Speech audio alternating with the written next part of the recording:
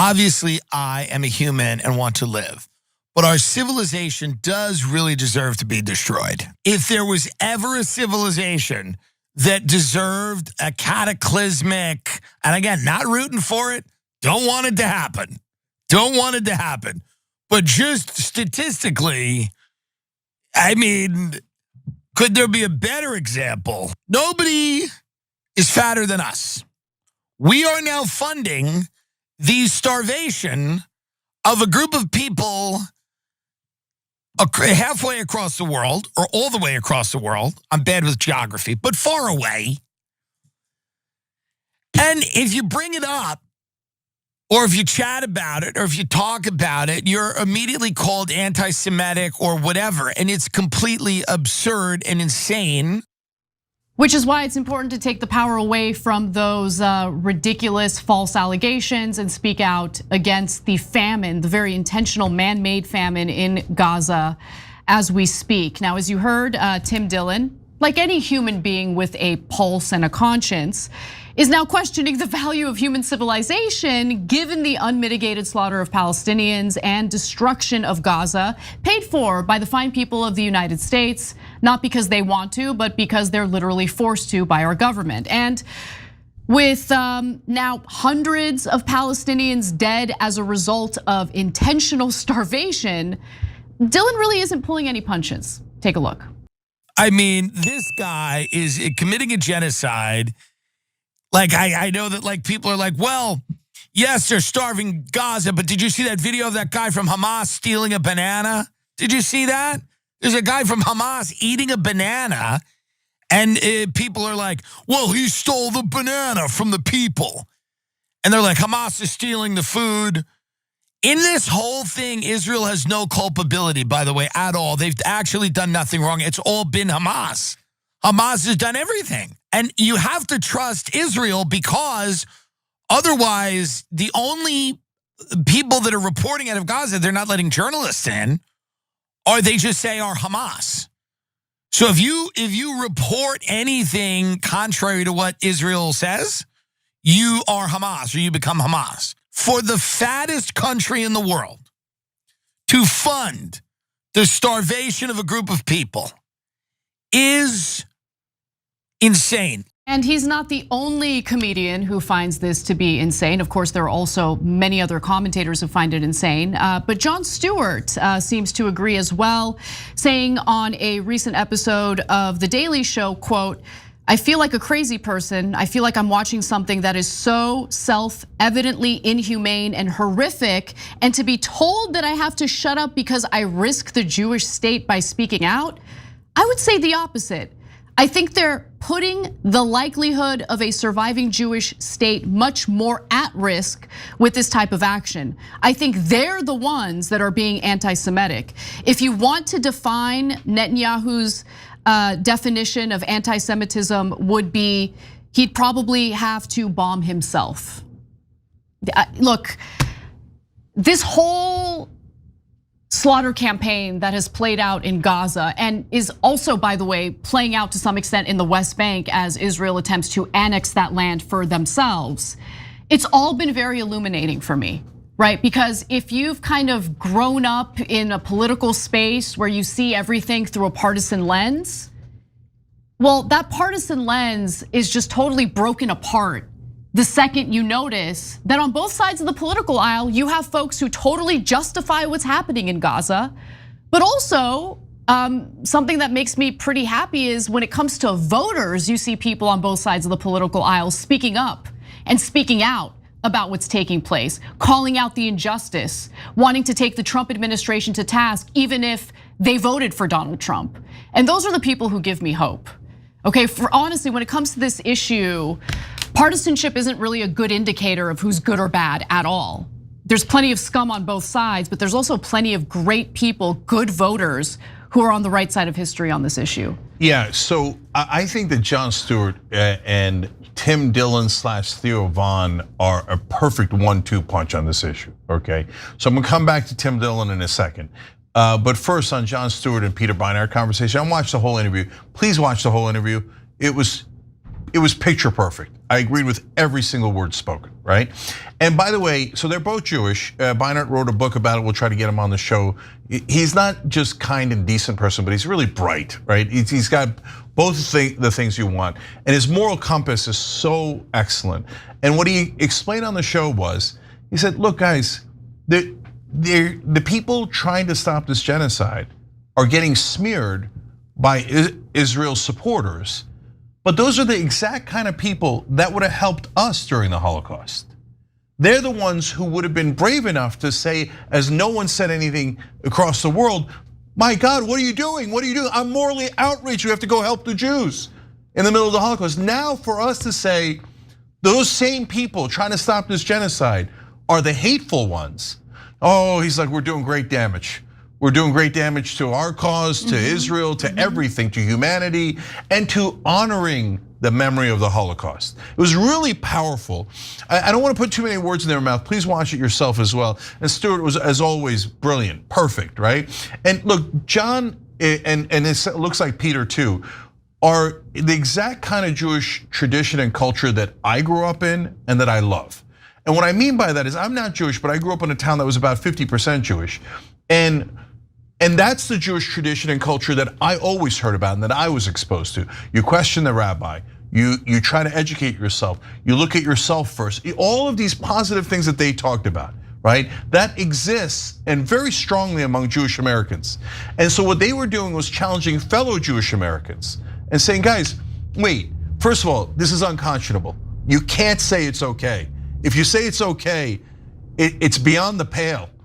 You can't do that. And then secondly, Jon Stewart's point was brilliant.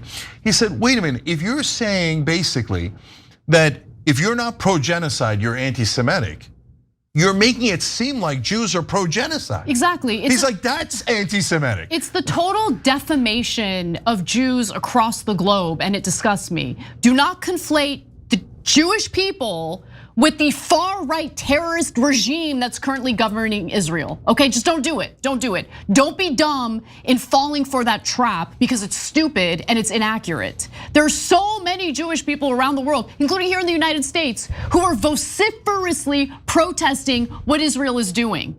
Okay, some of the best voices on this issue happen to be American Jews.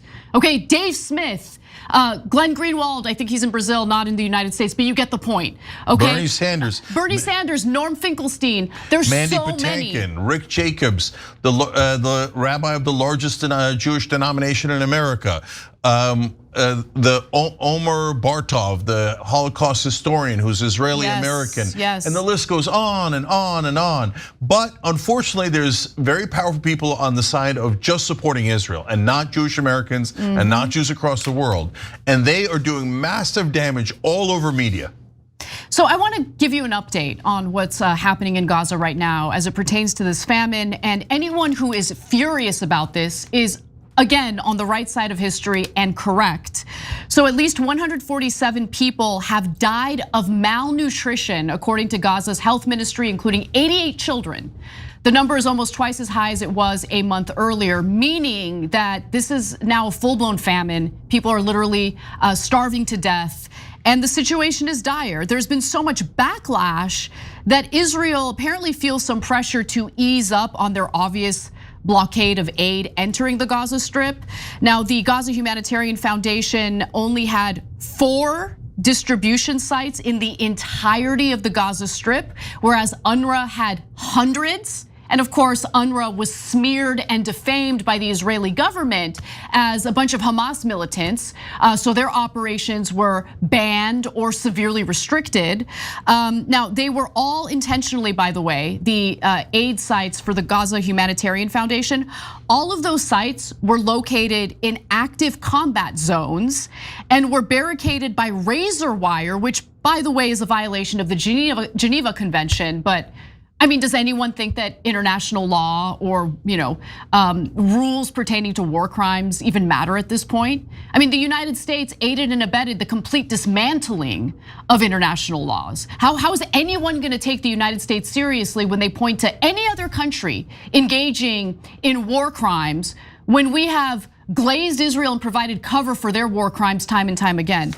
Now, Israel said it would ease some of the restrictions in place on allowing aid for the Gazan population. More trucks would be able to enter, secure corridors for their movement would be created, and fighting would pause for 10 hours a day in 3 major population centers to help with distribution.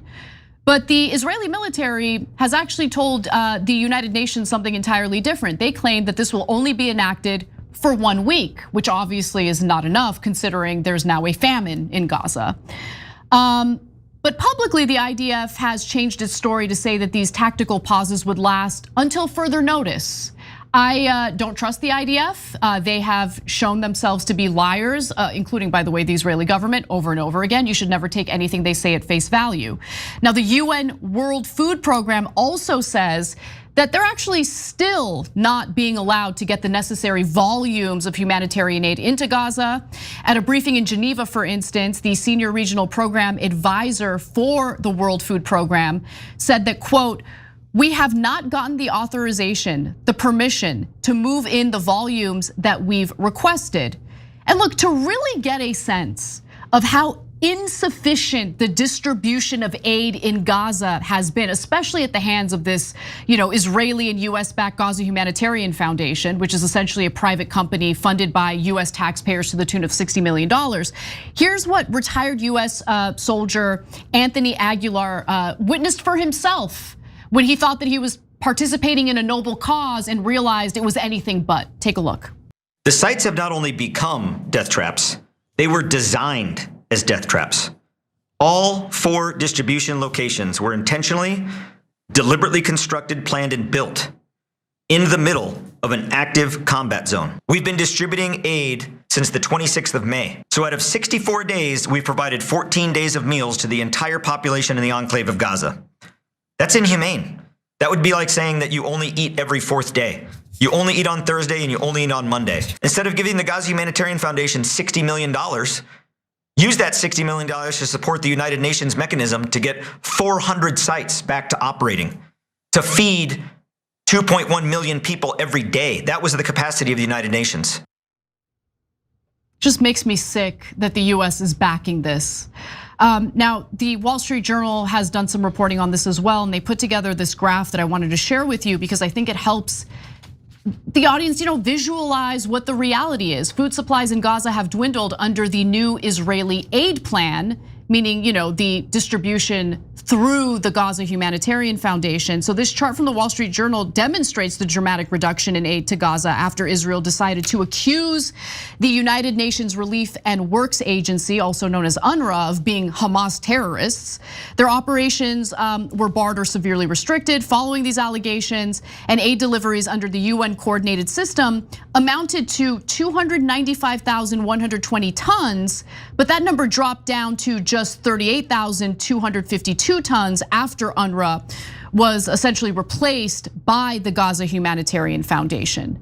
Now, an area is classified as in famine when it meets 3 conditions. The IPC explained. At least 1 in 3 children are acutely malnourished, 1 in 5 people are suffering extreme food shortages, and 2 in every 10,000 people are dying daily from starvation or malnutrition and disease. Based on the latest data, 2 famine thresholds have been passed, according to the IPC. Yeah, so first of all, that chart shows you genocidal intent. That is purposely starving them. They were not getting a lot of food when the bars you're looking at seem high compared to what they're getting today. So they're getting next to nothing today, and that's why 147 have already starved to death. Do you know how much starving people to death takes a long time. You have to be brutal for months at a time so that they just can't get any food at all. By the way, baby formula is totally impossible to get in Gaza. They're blocking it. They're literally blocking it. The IDF is blocking baby formula from entering the Gaza Strip. Why? Why would they want to do that? What's the intent there? What's the justification for that? At some point, those who want to defend what the IDF is doing really need to take a good hard look in the mirror and ask themselves who they want to be in life. Do they want to justify the slaughter of children, the intentional slaughter of children? Or do they want to be decent people who see this for what it really is and call it out? Be a decent human being. This isn't difficult. And by the way, also don't hide behind your religion, because there's Peter Beinart and Jon Stewart saying, this isn't my religion, this is the opposite of my religion, right? So don't tell me that my religion made you do this. My religion didn't ask you to do this. Your despicable terrorist government is doing this. If you're starving the people to death, you are a terrorist and you are a fascist. That's not hard. If it was being done to Jews, there's not a person in the world who wouldn't call that government a terrorist government and a fascist government. So just stop hiding behind religion. All right, I want to get back to Tim Dillon in a second. But one last thing about the Green Beret that we showed you, Aguilar there. He also told a harrowing story of this young boy who came up and asked them for food. They were out of food, so he couldn't give it to them, but he'd already gotten some earlier. He was just seeing, and they all get a tiny, tiny amount. And the kid's skin and bones, according to Aguilar. And he said, I'm sorry, I don't have any. The kid, of course, just says thank you in Arabic, right? And he said thank you. The kid said thank you, even though we're starving them to death. A minute later, as they were walking away, the IDF killed them. So if that doesn't bother you guys, there's something missing. You lost the thread at some point. Yeah, you're a sociopath. Like that's sociopathic bias, right? And I know, like ethnic bias will do that to you. There's. No, look. I got to be honest with you. No, No, Anna, I know it. Like there's Turks who are good people, but the minute you ask them about the Armenian genocide, they'll say no way, didn't happen, totally fictional, and they'll get enraged about it. And they're lovely people otherwise. I get it. By the way, also Japanese about the rape of Nanking, and on it goes. I know, Cenk, and I get that, especially in the context of propaganda that has basically continued over the last century in regard to that genocide. But you can't deny what's being streamed in real time in front of your face as we speak. It's happening now. It's happening now. Yes, and that's exactly what Jon Stewart said as well. He's like, you're being ridiculous, we all see it. Why do you think we don't see it? It's just maddening. Last thing is back to Dillon. I think he's getting at something that's really important, and that's why Israel is now making a huge mistake. He's saying, look guys, when we're saying please stop the genocide, please stop starving these children, Israel is telling us we're the bad guys. We hate Jews, that's why we don't want to starve children.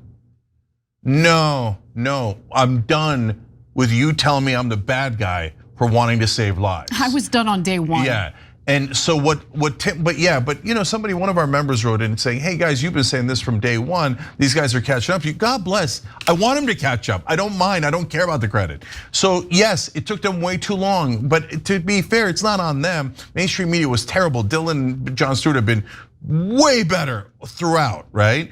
But the core of what Dillon is saying is Israel isn't getting. When they are now telling everyone, you're a bad person if you're not in favor of funding our genocide, it's making people angry. No, it makes every decent human being want to say, no, F you, I'm not the bad guy, you're the bad guy. And people are finally beginning to figure out that Israel might not be the victim. I mean, that's so obvious to the rest of the world. But if you don't live in America, the propaganda here is so overwhelming. Israel can do the most horrific things, and American media will tell you they're the victim. They're the victim. So that spell is breaking, and now people are going, no, they're not the victim. And now it's becoming obvious they're the villain. And if that's where you think Israel is in a better spot, you're nuts. Every time you ring the bell below, an angel gets his wings. Totally not true, but it does keep you updated on our live shows.